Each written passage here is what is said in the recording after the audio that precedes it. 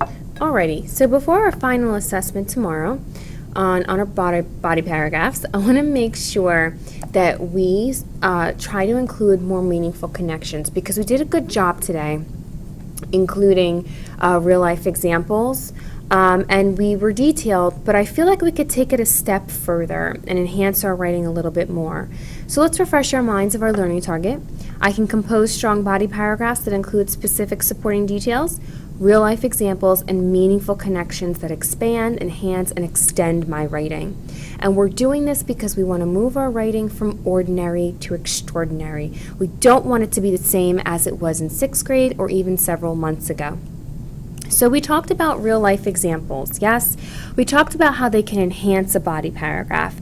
I gave you the example of the topic and the opinion of athletes being overpaid.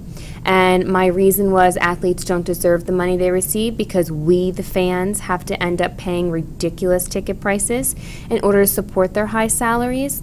So if that's my reason right here, I could include this real life example in my body paragraph. I remember my 13th birthday party like it was yesterday. It was a wonderful day until my father informed me that he could not afford to purchase the tickets to the Giants game I wanted so badly to attend. At first I became angry, but then I realized the tickets were over $200 each for average seats. I then realized I could enjoy the game more with my family at home in a big bowl of popcorn. If athletes were not paid so much, ticket prices wouldn't be as high. And we said that would be a great real life example in a body paragraph to support this reason.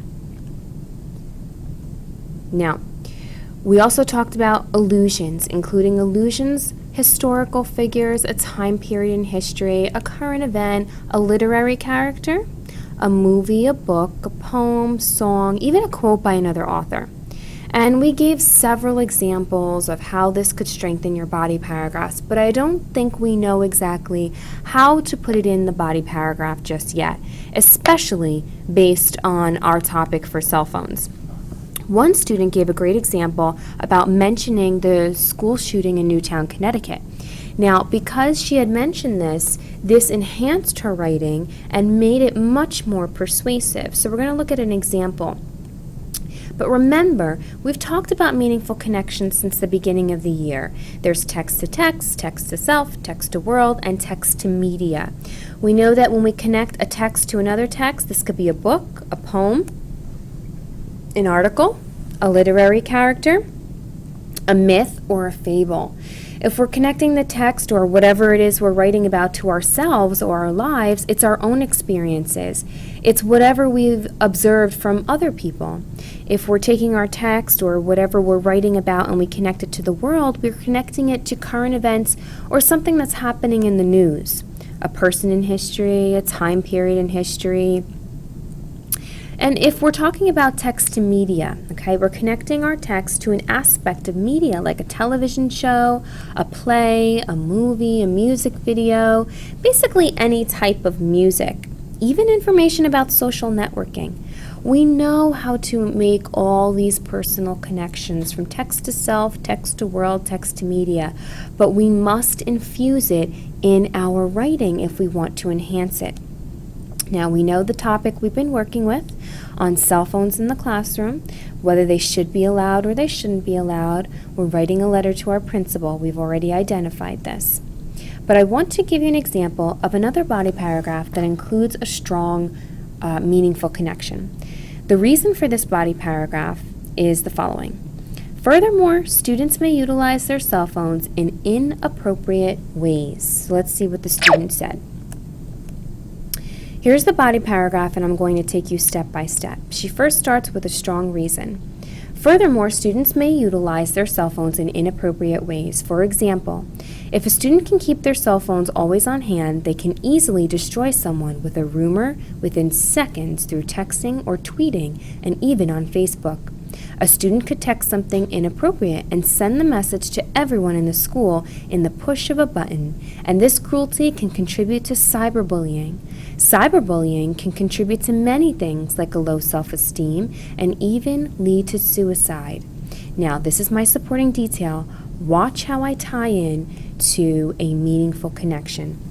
How many incidents have we heard of in recent years where young children result in taking their lives because of a cyberbullying incident? This reminds me of one of the most well-known instances of cyberbullying.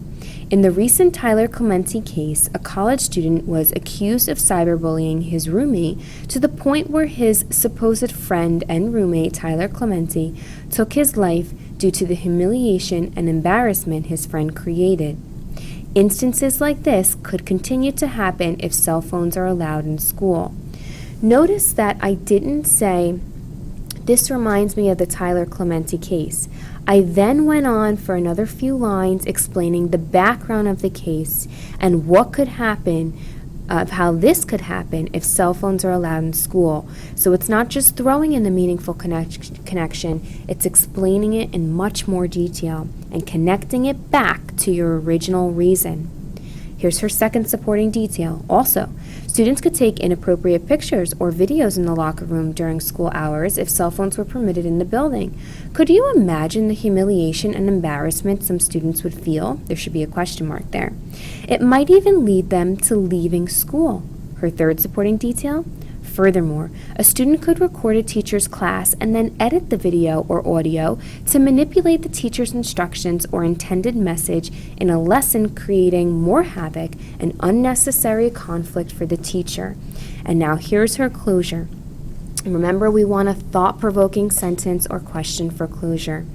Unfortunately, not all students can be trusted, and many would use their phones in inappropriate ways if permitted in school. So this is a perfect example of how I can include a meaningful connection within my body paragraph, but then still connect it back to my original reason. Instances like this could continue to happen if cell phones are allowed in school. This is the order, this is the format that we're looking for. Can we deter from this format? Of course we can, but we want to keep in mind that this is an organized body paragraph, including a meaningful connection. Now, what's going to happen in class tomorrow? Well, tomorrow we're going to look at previous persuasive essays from 6th grade and earlier this year to identify what we could have done to strengthen our body paragraphs in the future. And then we're going to finish writing our final body paragraphs demonstrating the skills that we've been discussing and learning. So it's important for you to remember that we want to include meaningful connections, we want to enhance our body paragraphs, and always tie that meaningful connection back to the original reason. See you tomorrow in class.